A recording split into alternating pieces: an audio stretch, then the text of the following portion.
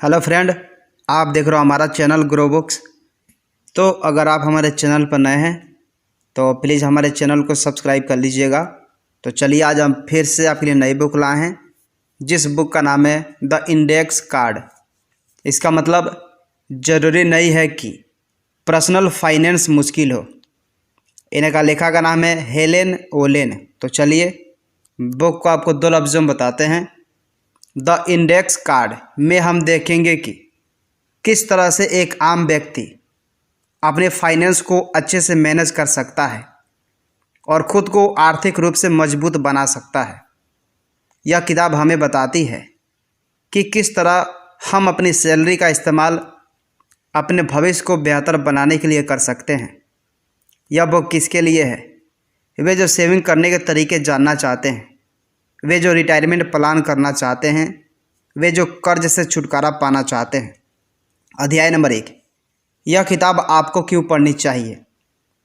हर व्यक्ति का ख्वाब नहीं होता है कि वह कुछ बहुत बड़ा करे या फिर अरबपति बनकर दिखाए। बहुत से लोग आम जिंदगी जीना पसंद करते हैं। बहुत से लोग एक कर्मचारी की तरह काम करते हैं और उन्हें भी अपने पैसों को मैनेज करने की ज़रूरत होती है। अगर आप उन लोगों में से हैं तो एक आम व्यक्ति की तरह जीना पसंद करते हैं, तो यह किताब आपके लिए है। यह किताब बताती है कि किस तरह से एक व्यक्ति अपनी हर रोज़ की ज़िंदगी में पैसों से संबंधित बदलाव करके अपनी आने वाली ज़िंदगी को बेहतर बना सकता है। यह किताब बताती है कि कैसे आप अपने कर्ज से छुटकारा पा सकते हैं और कैसे रिटायरमेंट के लिए पैसे बचाकर खुद को अपनी ज़िंदगी के आखिरी दिनों में एक सुकून की ज़िंदगी दे सकते हैं। इस बुक को पढ़कर आप सीखेंगे क्रेडिट कार्ड का इस्तेमाल कम से कम क्यों करना चाहिए, रिटायरमेंट के लिए जल्दी से जल्दी प्लान करने के क्या फ़ायदे हैं, घर खरीदने से पहले किन बातों का ध्यान रखना चाहिए। अध्याय नंबर 2, पैसे बचाने का काम मुश्किल है, लेकिन कुछ तरीके अपनाकर आप यह काम कर सकते हैं। आज के वक्त में लोगों के खर्च बढ़ गए हैं और उसके मुकाबले उनकी सैलरी ज़्यादा नहीं बढ़ी है। अमेरिका में एक आम व्यक्ति की इनकम 1898 से 2013 के बीच में $3000 से कम हो गई है। साथ ही अमेरिका 27% लोग कहते हैं कि उनके पास कभी $5000 से ज़्यादा पैसे रहते ही नहीं है। 47% लोग कहते हैं कि अगर उन्हें कभी इमरजेंसी में $400 की ज़रूरत पड़ जाती है तो उन्हें किसी से मांगना पड़ता है या फिर कुछ बेचना होता है। अगर ऐसे में आप महीने में अपने लिए पैसे नहीं बचा पा रहे हैं तो बुरा मत मानिए, क्योंकि आप यहाँ पर अकेले नहीं हैं जिसे यह समस्या हो रही है। पैसे बचाना अपने आप में एक मुश्किल काम है, लेकिन इससे निकलने का रास्ता आसान है। पैसे बचाकर रखने से आप उसे सही जगह पर इन्वेस्ट कर पाते हैं या फिर उससे अपना लोन चुका पाते हैं। इसलिए यह ज़रूरी है कि आप महीने का 10% इनकम खुद के लिए बचा कर रखें। इससे आप एक साल में अपने एक महीने की सैलरी से ज़्यादा पैसे बचा कर रख पाएंगे। इसके अलावा सामान खरीदने के लिए कैश का इस्तेमाल कीजिए, क्रेडिट कार्ड का नहीं।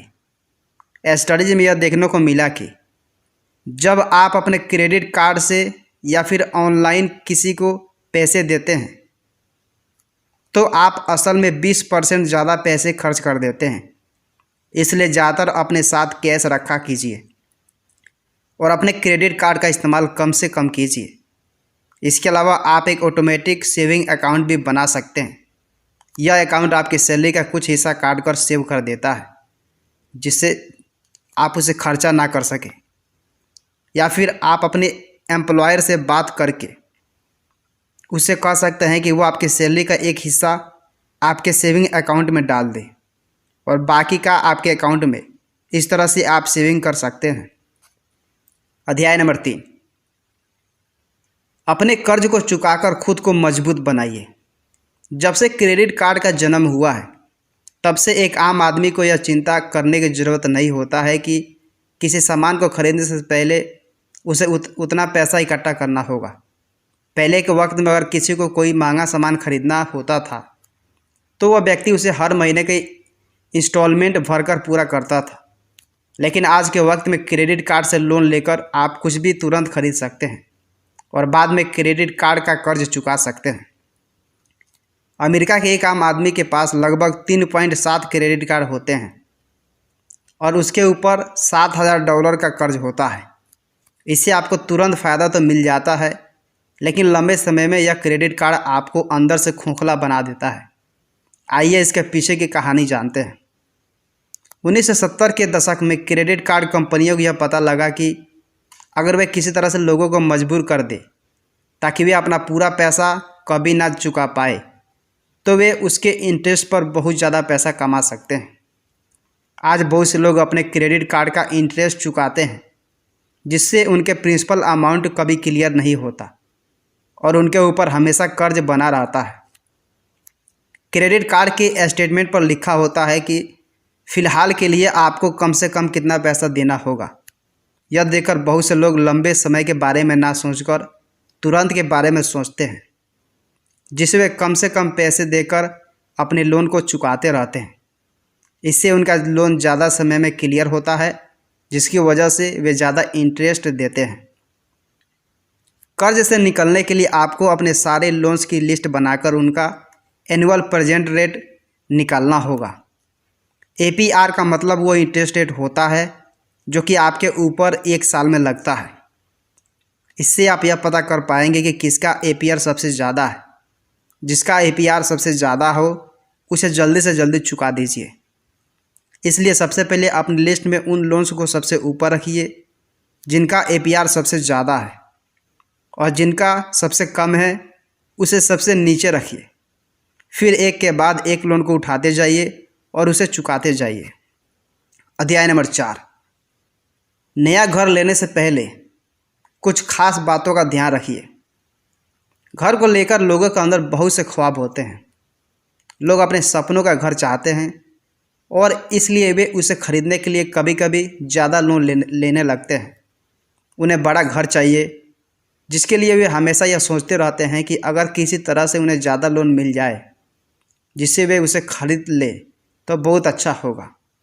लेकिन लोन आपके सिर के ऊपर ज़िंदगी भर का बोझ बन सकता है। अगर आप एक घर की कीमत का 20% नहीं चुका पा रहे हैं तो उसे मत खरीदिए। आप जितना ज़्यादा महंगा घर खरीदेंगे, आपको हर महीना उतना ज़्यादा इंस्टॉलमेंट भरना होगा और साथ ही उसका उतना ज़्यादा इंटरेस्ट भी लगेगा।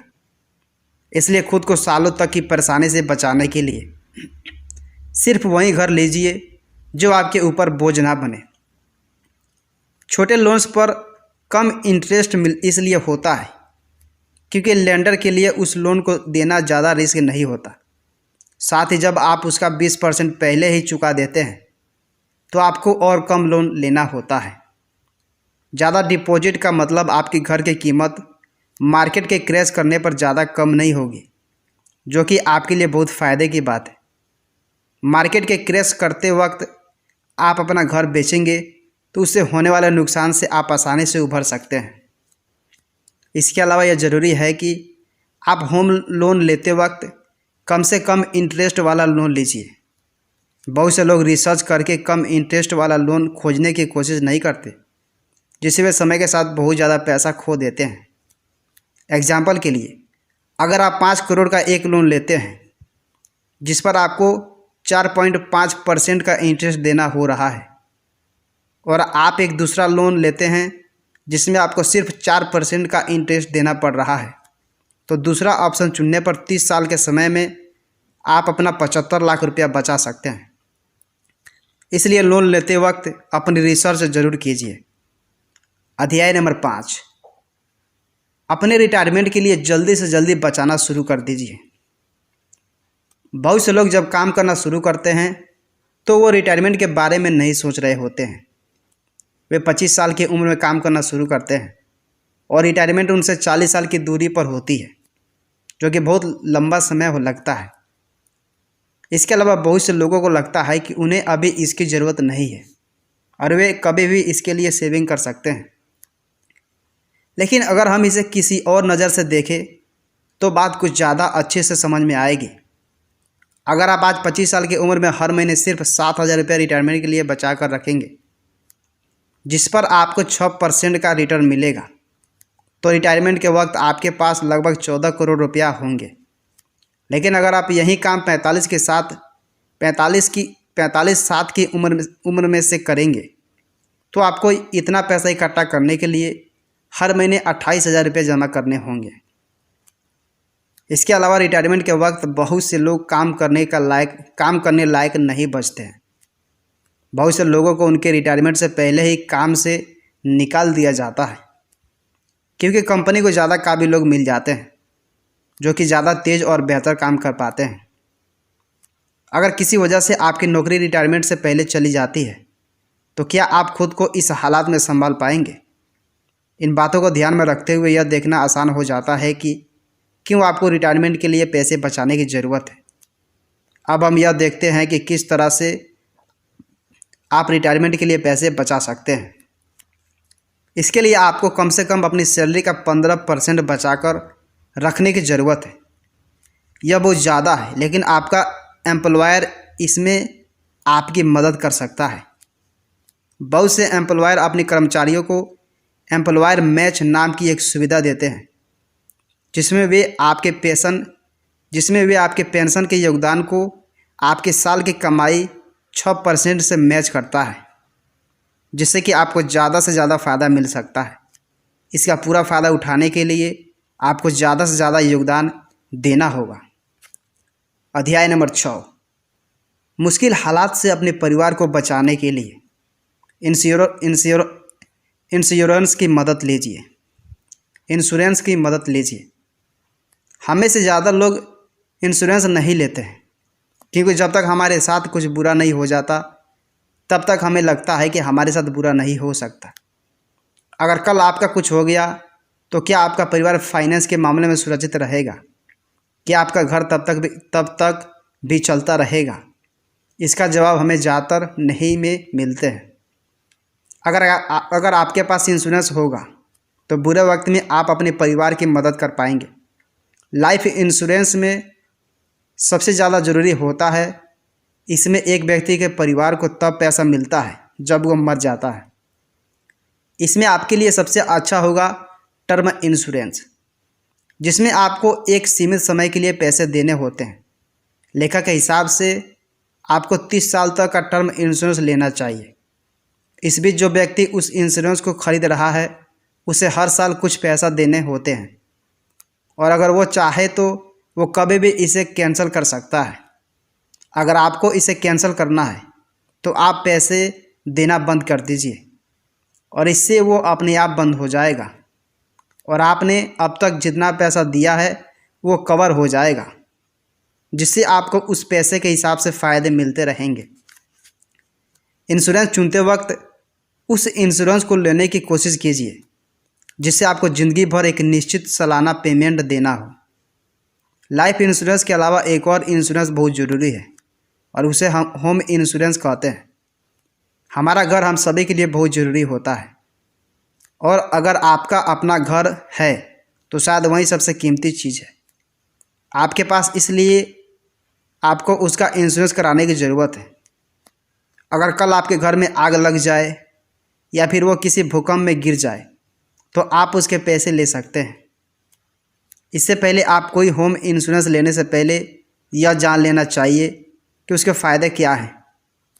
जो व्यक्ति आपको इंश्योरेंस बेच रहा है उससे सब कुछ पूछिए कि किन किन हालात में आपको नुकसान के वक्त कवरेज मिलेगा।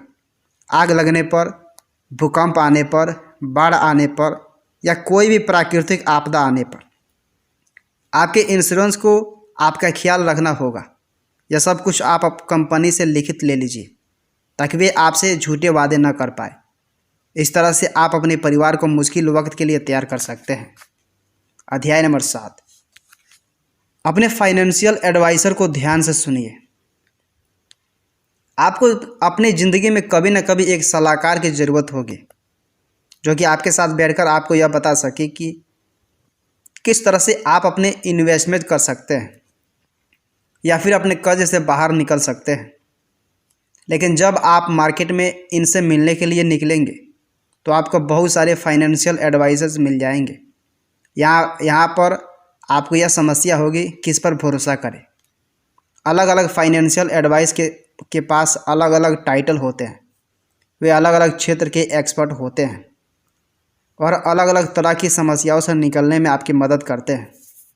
बहुत से लोग इसमें फ्रॉड भी कर सकते हैं, जो कि सिर्फ पैसे कमाने के लिए यह काम कर रहे हैं। ऐसे में आपको एक शरीफ बंदा चुनना होगा। फिडुशियरी एक स्टैंडर्ड्स होता है जिसे अपनाने वाला व्यक्ति कानूनी तौर पर आपके फ़ायदों को अपने फ़ायदे के ऊपर रखता है।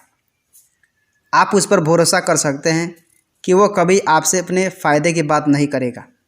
वो आपसे महंगे इन्वेस्टमेंट करने के लिए नहीं कहेगा और ना ही आपको गलत सलाह देगा।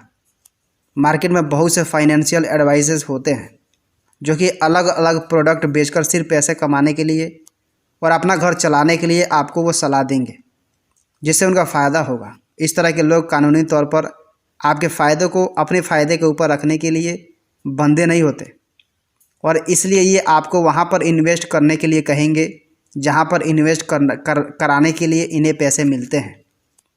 एक फाइनेंशियल एडवाइज़र से अच्छी सलाह लेने के लिए उसे पैसा दीजिए, क्योंकि अगर आप उसे अच्छे से पैसा नहीं देंगे तो वो आपको अच्छे प्रोडक्ट बेचकर पैसे कमाने की कोशिश करेगा या फिर वहाँ पर इन्वेस्ट करने के लिए कहेगा जहाँ से वो कमीशन ले सके।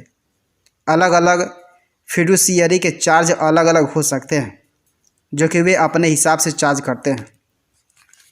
कुल मिलाकर अपने पैसे के एक हिस्से को बचा कर रखिए ताकि आप उसे ज़रूरत पड़ने पर इस्तेमाल कर सकें या फिर कहीं पर इन्वेस्ट कर सकें। कुछ खरीदते वक्त अपने क्रेडिट कार्ड का इस्तेमाल मत कीजिए और जितना ज़्यादा हो सके कैश का इस्तेमाल कीजिए। रिटायरमेंट के लिए प्लान करना जल्दी से जल्दी शुरू कर दीजिए और अपने परिवार को मुश्किल वक्त से बचाने के लिए लाइफ इंश्योरेंस ज़रूर लीजिए। अपने भविष्य को बेहतर बनाने के लिए इन्वेस्ट कीजिए। यह ज़रूरी नहीं है कि आप ज़िंदगी भर काम करके पैसे बचाते रहें और रिटायरमेंट फंड में उसे भरते रहें। अपने फाइनेंशियल एडवाइज़र से सलाह लेकर कुछ पैसे इन्वेस्ट कीजिए जिससे आपको समय के साथ कम काम करने की ज़रूरत पड़े। आप म्यूचुअल फंड्स में या फिर रियल एस्टेट में इन्वेस्ट कर सकते हैं जिससे आपको एक अच्छा रिटर्न मिल सके। इस तरह अगर आप इन्वेस्टमेंट करते हैं तो कुछ ही दिनों में आप फाइनेंशियल फ्री हो सकते हैं और आपका ज़िंदगी पहले से बेहतर हो जाएगा।